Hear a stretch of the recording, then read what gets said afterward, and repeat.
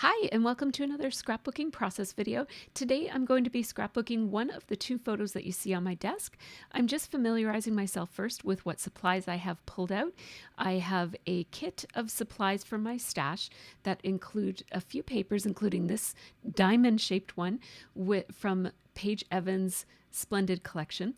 There are also some Vicki Boutin Sugar Rush papers in here, and I'm just showing I have this color palette which I chose from Sarah Renee Clark's Color Cubes, and I did include the choice of that in a previous video, so I will link it in the information section in a little card right here.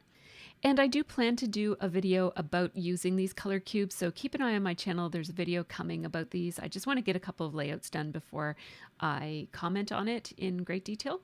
So as you can see, these are mostly Paige Evans Splendid and Vicki Boutin Sugar Rush collection papers.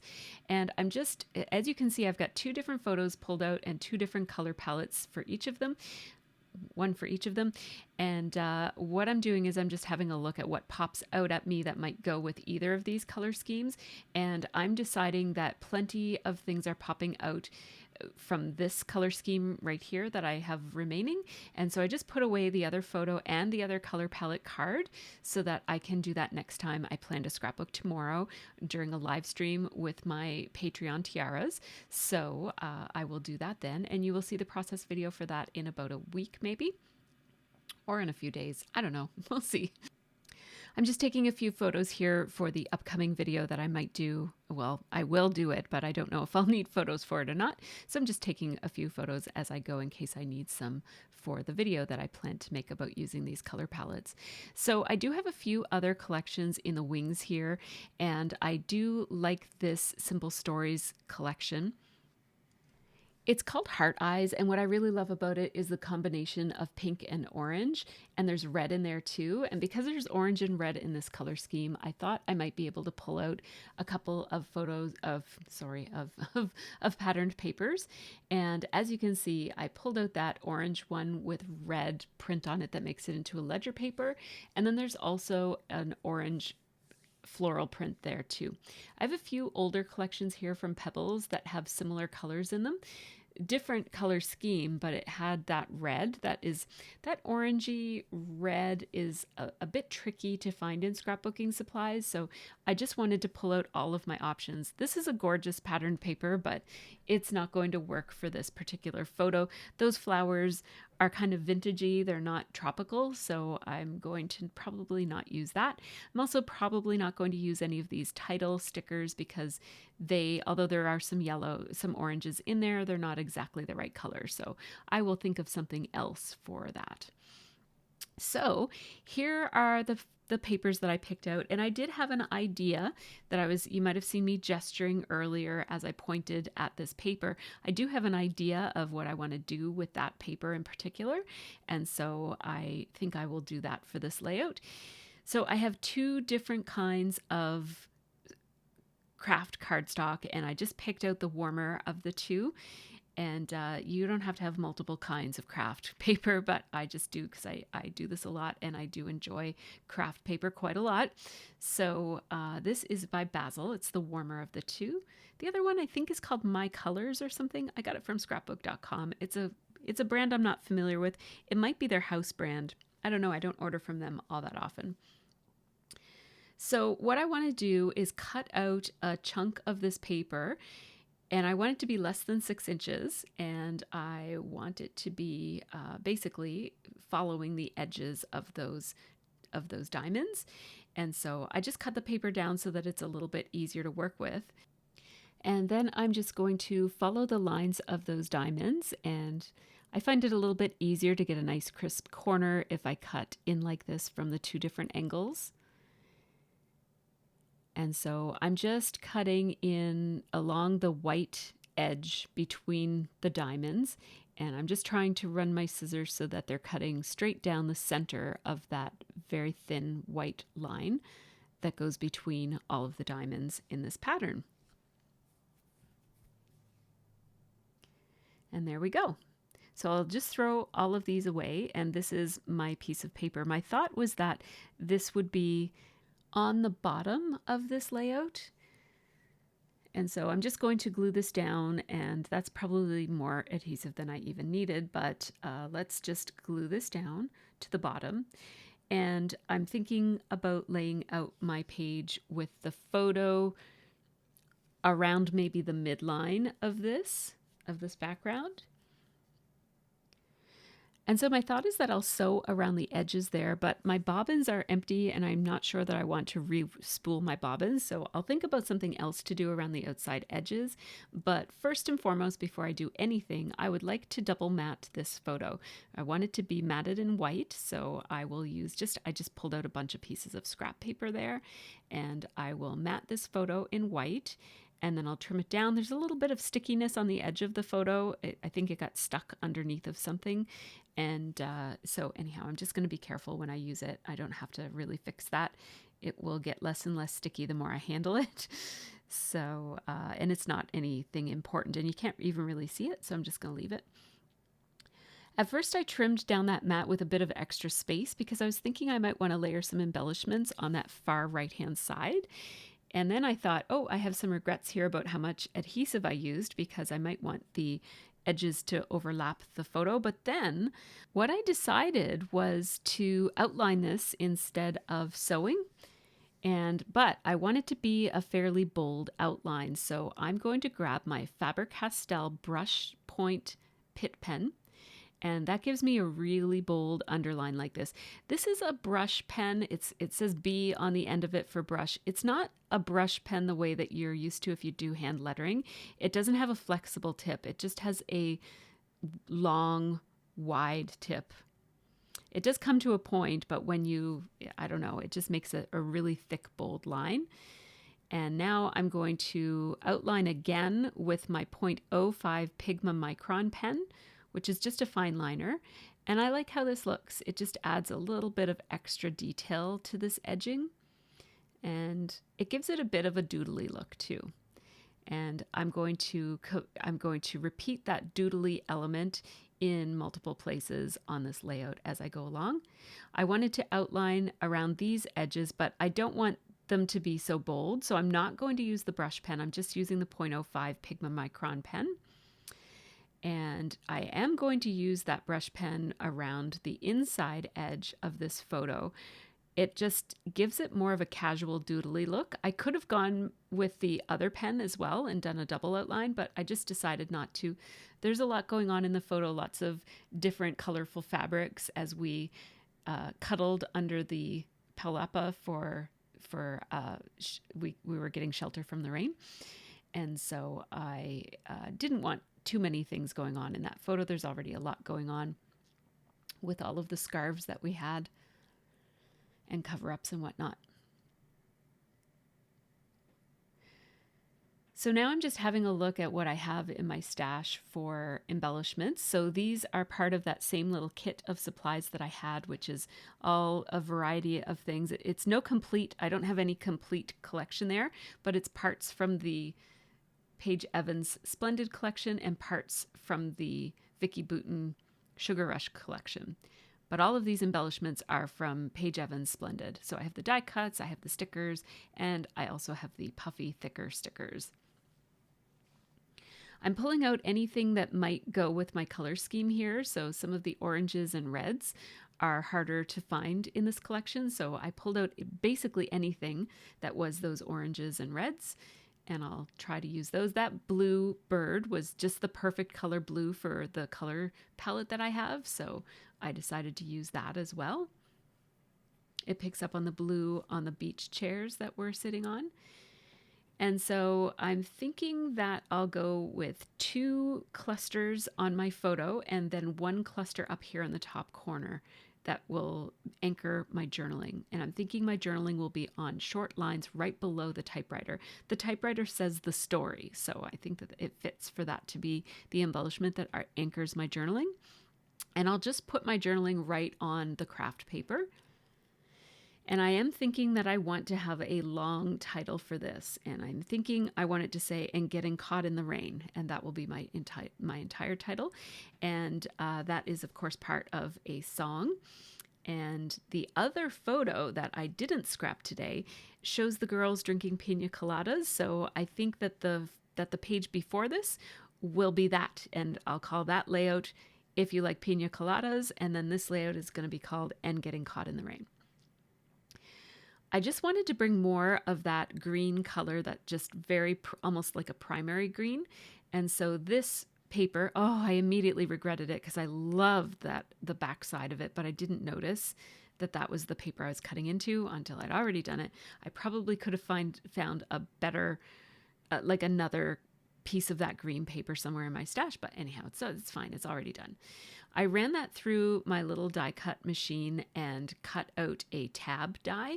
This is my favorite tab die. It's a longer than usual tab, and it's from MFT. It's a fairly old die, and you might not be able to get it anymore, but lots of different companies make tab dies like this.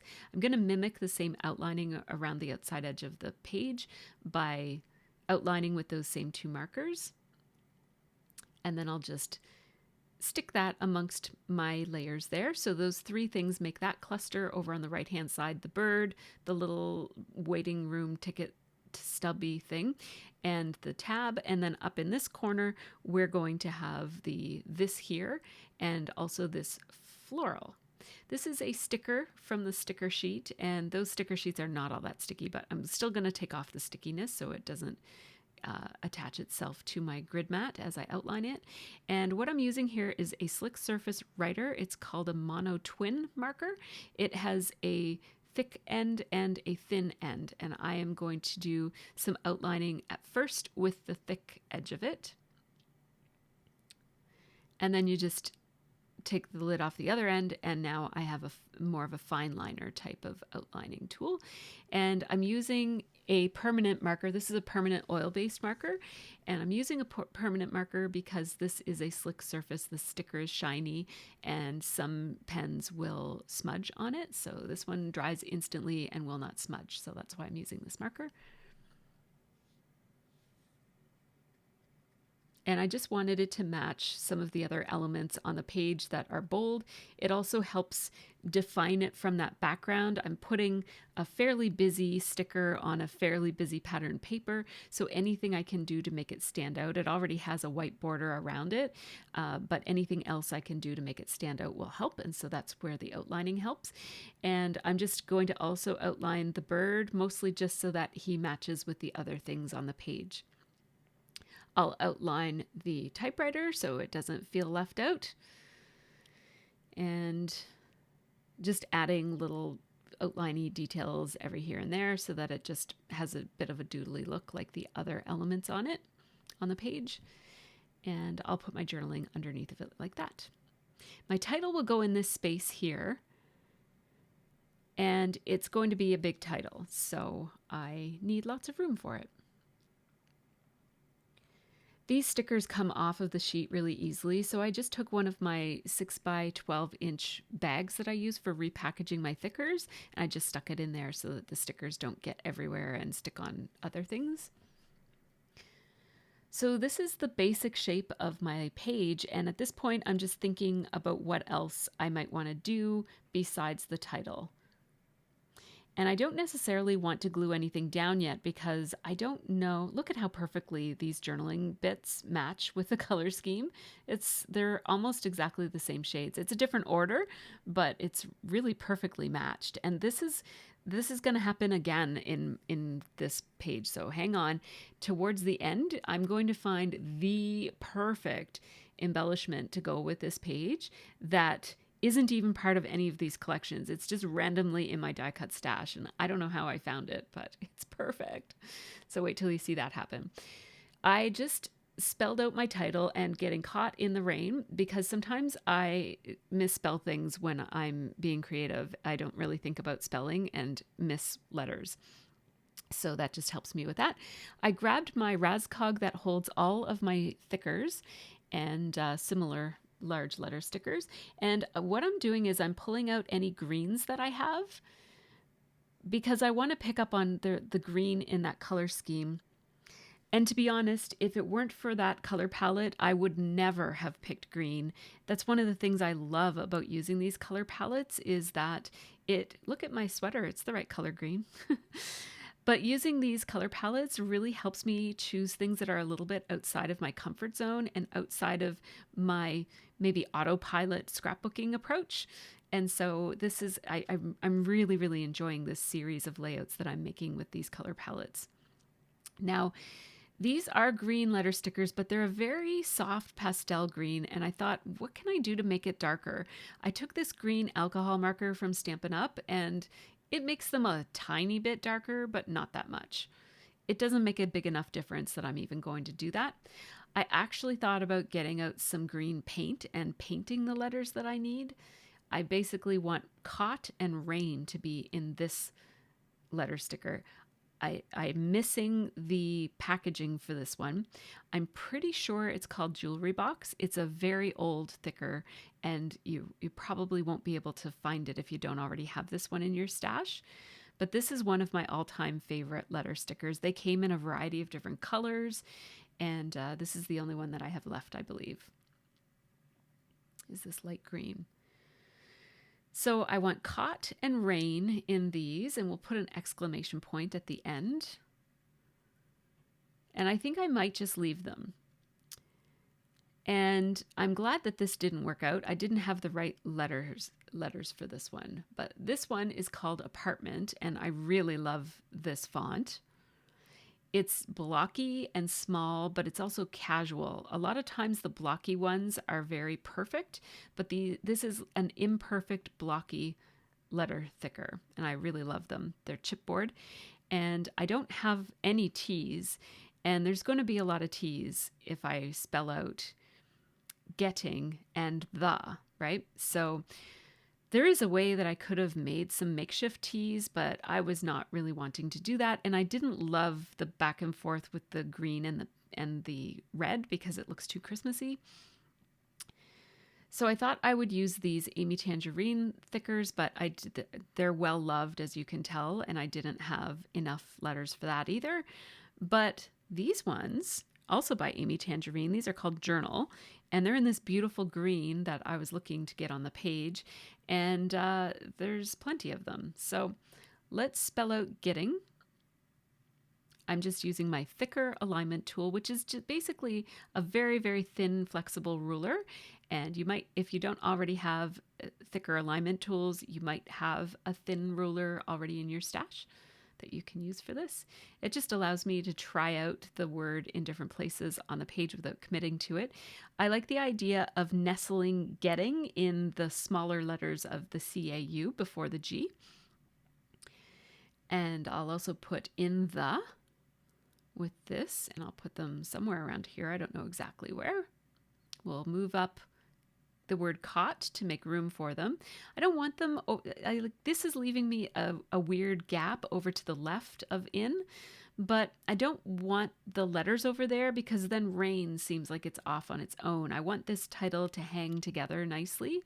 And so I'm making those foam letter stickers a little bit wonky as I put them down. That's one of the things I love about foam letter stickers is you can stretch them and move them and make unique letters out of them, like unique looking letters. Or you can put them all perfectly aligned and try to make them look all uniform if you wanted to.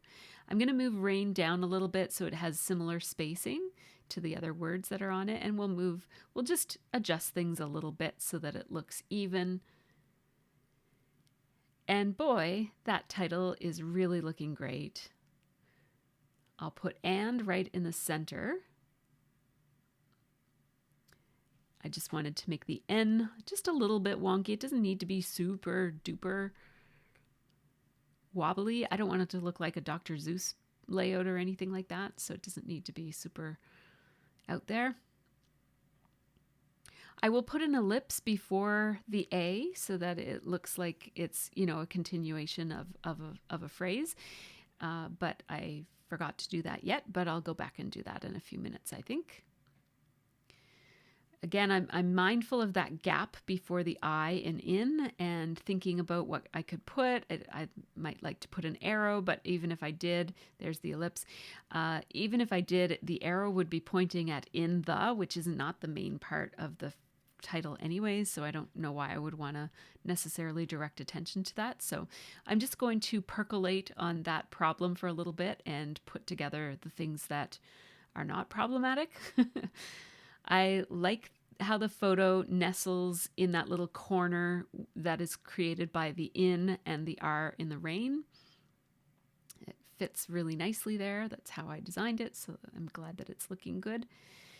And let's just put down all of these things. I'm positioning that flower so that the pink part is hidden because I don't want too much pink on this.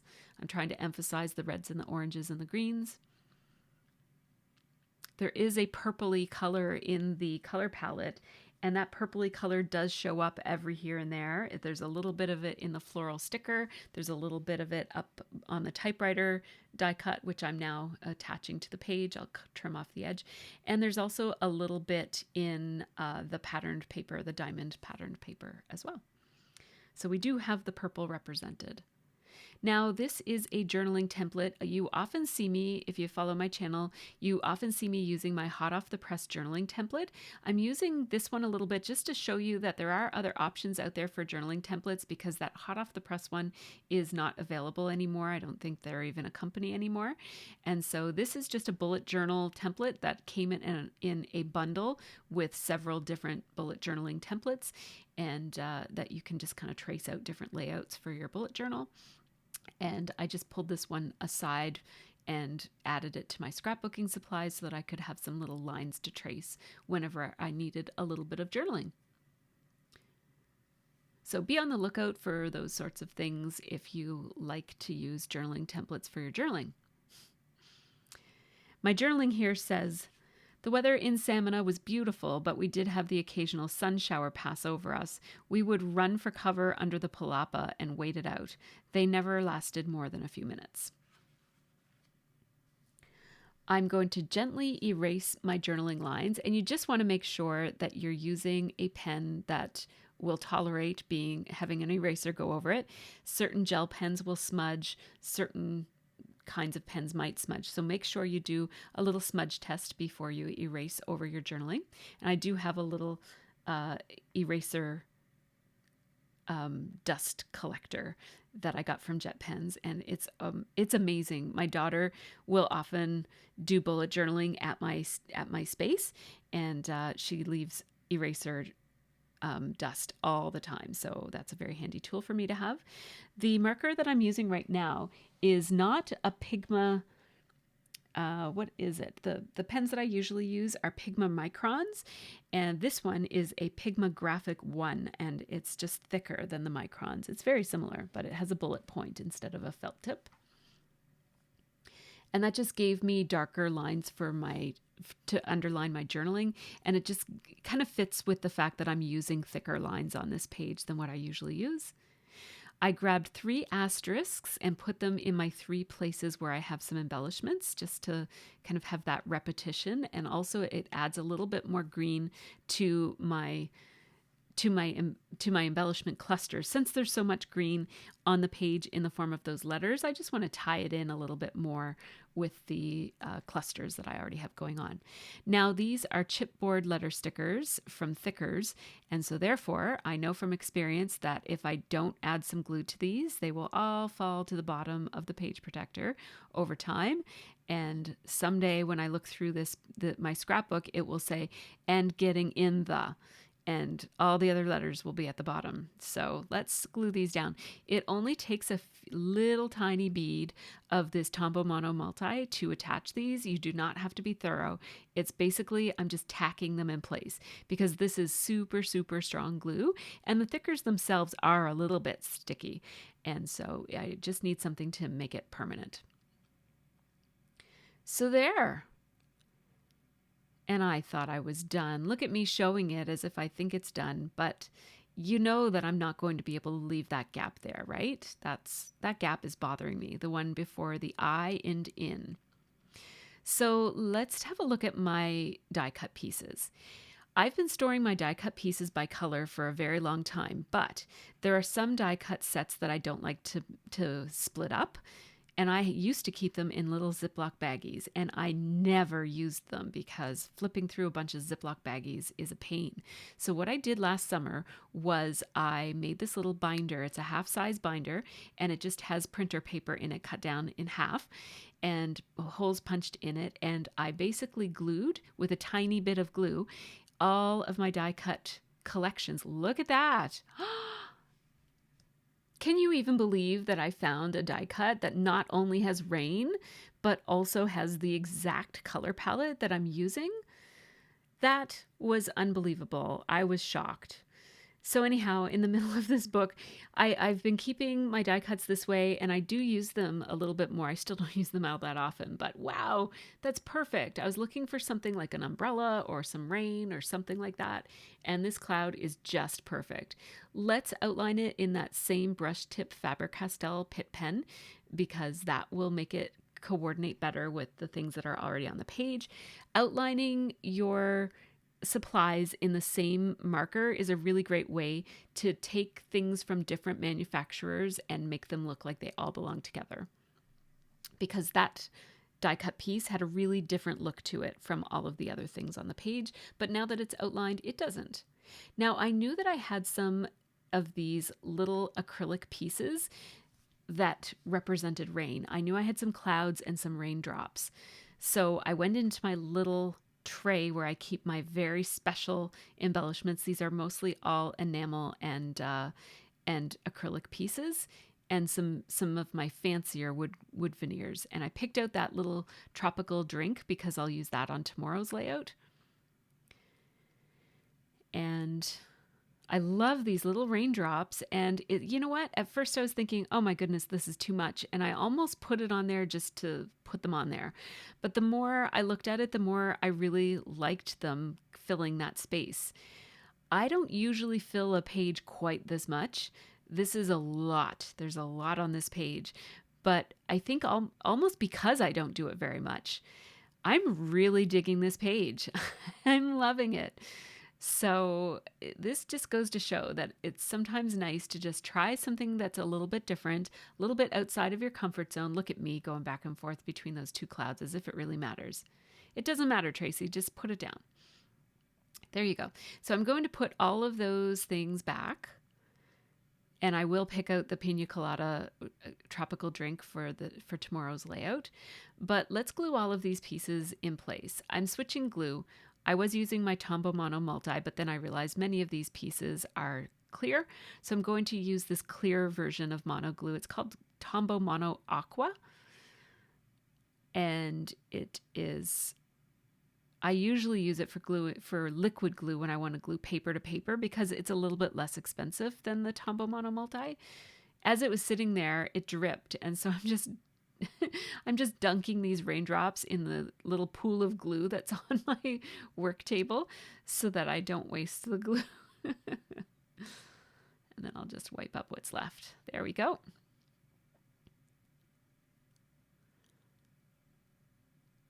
Just moving those letters over so that everything looks like it's spaced evenly. And then this little umbrella was in amongst my little acrylic pieces. It's very subtle, but I thought it looked cute sitting over top of the bird. It's way too small for the bird, and I think it looks kind of silly, so it just adds a little bit of humor and whimsy to the page. And you know me, I want to put acrylic in this other cluster here, since there's acrylic in the other cluster. So anyhow, I'm going to put an extra cloud right there. There are now 4 clouds on the page, but there's 3 acrylic clouds, and so it gives me that kind of sense of balance and repetition that I like. I'm using my white gel pen to add a few little highlights to this cloud. I guess it kind of helps balance it out with the other things that are on the page and gives it a little bit more interest. The other clouds are all 3D, so putting the little highlights gives it a tiny bit of a 3D look. I'm going to cross off all of the embellishments that I used today so that I don't go looking for them again. And I wanted to write down my title for tomorrow's page so I don't forget it. I can't imagine forgetting it, but I wrote it down anyways. And as you can see, I thought about using those enamel dots from Freckled Fawn, but I changed my mind. Now, before I share the photos, just a quick shout out to my Patreon supporters. These folks help make this channel happen, so great big thanks to all of them. Patrons get early ad-free access to all of my process videos and also real-time unedited versions of my videos, as well as a monthly live stream, behind the scenes videos of my room and my process. And also thanks to you for watching all the way to the end. Here are those photos. And so I might have gone a little bit overboard on the filter, so apologies for that. This layout is not quite this bright, but it's close. It's just a little bit less bright than this. So sorry about that. I wanted to take a couple of extra photos just to show the color palette here. I really love using these little cards from the color cube. Here's the cube itself. I will do a video, as I mentioned before, about this color palette tool. So keep an eye on my channel if you're interested in seeing that. In the meantime, take good care of yourselves and have a really great scrappy week.